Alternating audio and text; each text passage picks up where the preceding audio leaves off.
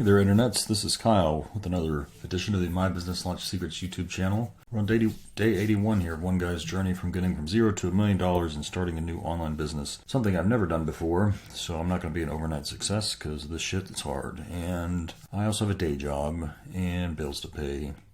Got this nice house to keep the mortgage up on, so I would like to do that. So I'm not going to do what some gurus would say, which is just burn all your bridges and freaking focus on this shit 100% of the time and you'll become a whirlwind success in no time at all.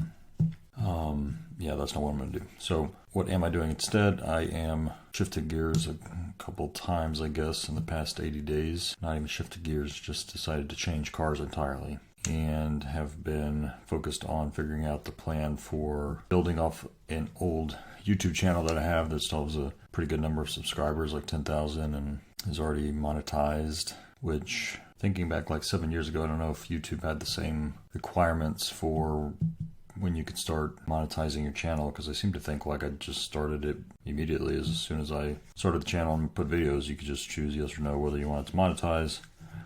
But nowadays, they only let you do that if you have at least 1,000 subscribers on your channel and something like 4,000 hours of like total watch time of your videos, I guess. And just so for some point of reference, this channel, 80 days in, I've got 20 subscribers and I haven't checked the watch time, but it's probably 10, 20 hours or something. That's not the point of this channel. I'm not pushing for maximum viewership. This is, again, really my own personal diary to myself, something that I committed to doing 81 days ago. Maybe actually slightly more longer than 81 days ago, because I have missed a couple of these in the course of events here, but committed to doing it because I did want to maintain focus on coming up with a plan for starting an online business, something that I can use to generate initially extra side income to pay for some additional expenses I'm having with the family at the moment, but ultimately to use it to grow that into something that I could conceivably quit my day job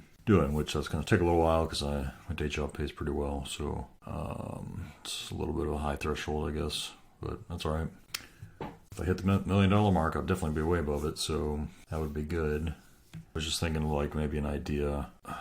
Well, okay, so the idea, and I'll get into the cons of that idea. The idea is so the channel I'm building upon is I recorded short-ish videos to support a class I was teaching on introductory circuits for like freshman, sophomore type age, college age. And I was thinking, well, maybe I should just like go through essentially what I taught like entirely on introductory circuit stuff and like just create videos around the entire course end to end. Meaning, go find, search out whatever the most common textbook is that people are using these days and literally just go through it.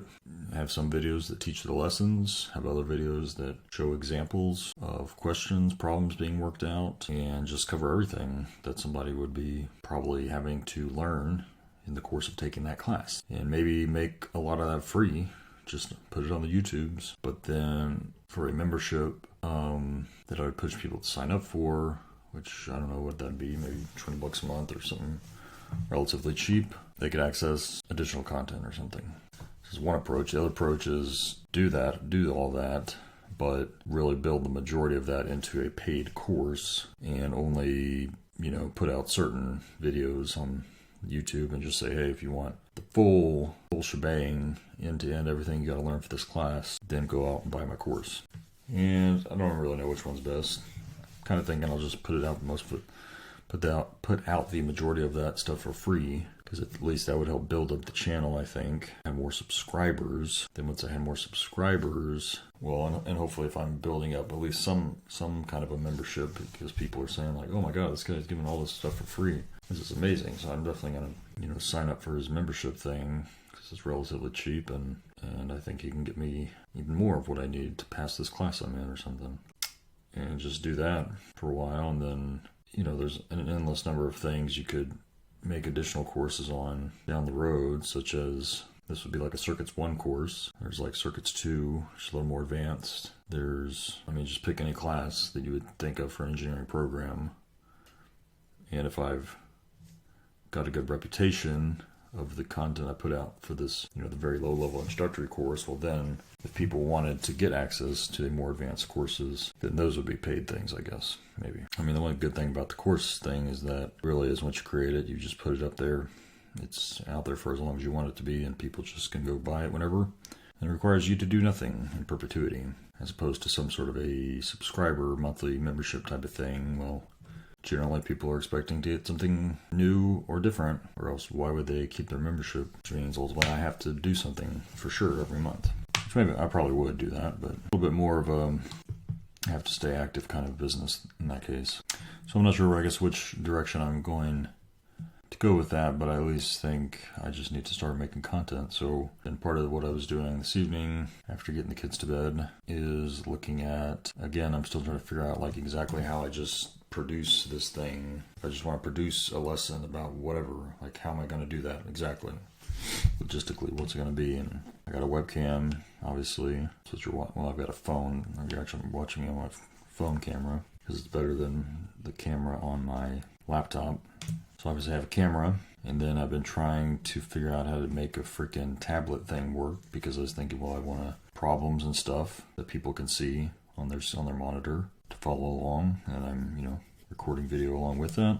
And I described the problems I was having with my Wacom, whatever tablet, which did just completely uninstall it from my computer, and I don't even know if I want to bother with trying to reinstall it or not, but at some point I'll figure out what I want to use as an input device. Then the question is, okay, even if I have the tablet working, again, which program do I use? And I talked about Evernote and OneNote and Good Notes or whatever the other program was that I have. So I could use those, but then how am I going to record those? You can do a simple, screen recording with QuickTime built into your Mac. And I could simultaneously, record video in a separate QuickTime instance. And I could do that, and I could just, edit them together, right?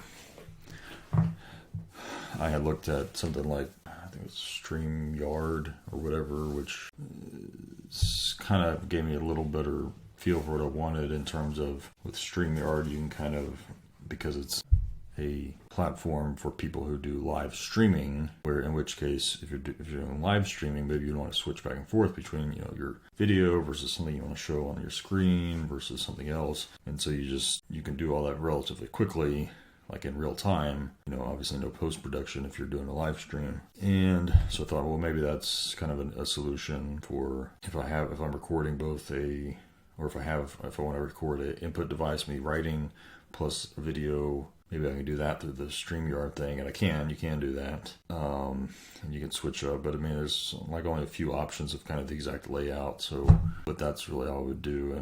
And it's seemed a bit, for what I need it for, to have to pay for that membership. I'm not sure that was really worth it. Because again, it's really built for people who are doing live streaming, and you can connect it to our platforms, and you simultaneously stream to Facebook and YouTube and all the things, all the social medias, right? So I'm not really interested in doing that right now.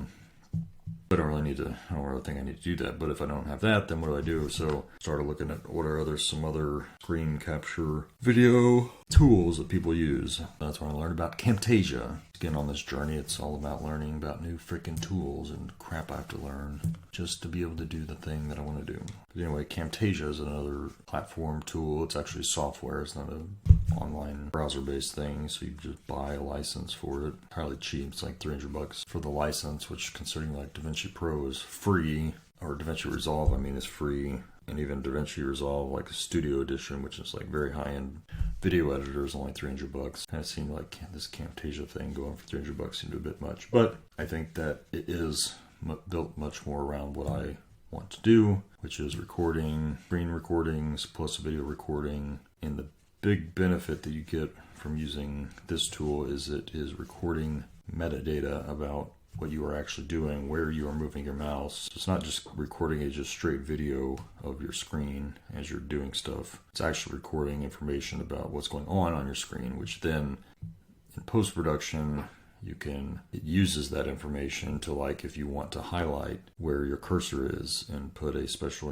big bold cursor mark or circles around it or whatever, you can easily do that, and it'll follow that around because it knows where your cursor is in the video. And another thing is that it will record your computer audio? So this is a big question I've had in watching people on the YouTubes of like, you see various people where they'll maybe show a clip from somebody else's video, and so you're watching them just respond to that video, and so the video's playing, you're hearing that video, and then you're also of course hearing that person's like response to it or something. And I couldn't for the life of me figure out how they even did that, which seems like kind of stupid, but because I knew, again, with just the QuickTime recorder, which is what I've been using in some instances for doing screen recording, it doesn't record your system sounds. So you could play a video, but when I then played back the recording I made of that video, I wouldn't have any audio from it.